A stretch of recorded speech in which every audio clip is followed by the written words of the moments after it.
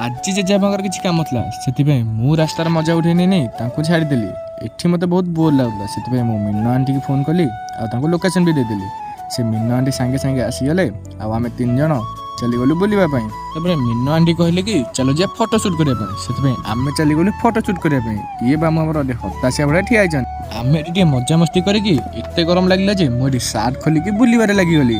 ଏଠି ମିନା ବାବୁ ବସିକି ଆମର ଦିନରେ ତାରା ଗଣୁଛନ୍ତି। ତାପରେ ଆମେ ଏଠି ଟିକେ ଗେମ୍ ବାଡ଼େଇବାରେ ଲାଗିଲୁ। ତାପରେ ମୁଁ ଜେଜେବାପାଙ୍କ ଜିନିଷ ନେଇକି ଚାଲି ଆସିଲି ଘରକୁ। ଜେଜେବାପାଙ୍କ ଘର ଛାଡ଼ି ଦେଇକି ମୁଁ ଇଭିନିଂରେ ଚାଲିଗଲି ଟିକେ ସାଙ୍ଗ ଦୋକାନକୁ। ତା ସହିତ କଥା ହେବା ଭିତରେ ମିନୁ ଆଣ୍ଟି ଆସିଲେ ଆଉ ତାର ମୋର ଚାଲିଗଲୁ ବୁଲିବା ପାଇଁ।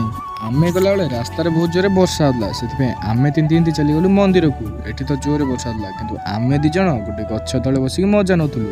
କାଲି ଥିଲା ଶିବ ବିବାହ, ସେଥିପାଇଁ ମନ୍ଦିରଟେ ପୁରା ସଜାସୁଜି ହେଉଥିଲା। ଆମେ ବି ଏଠି ଦେଖିବାରେ ଲାଗିଗଲୁ। ବର୍ଷା ଛାଡ଼ିବା ପରେ ମିନା ବାବୁ ଚାଲିଗଲେ ସୁସୁ କରିବା ପାଇଁ।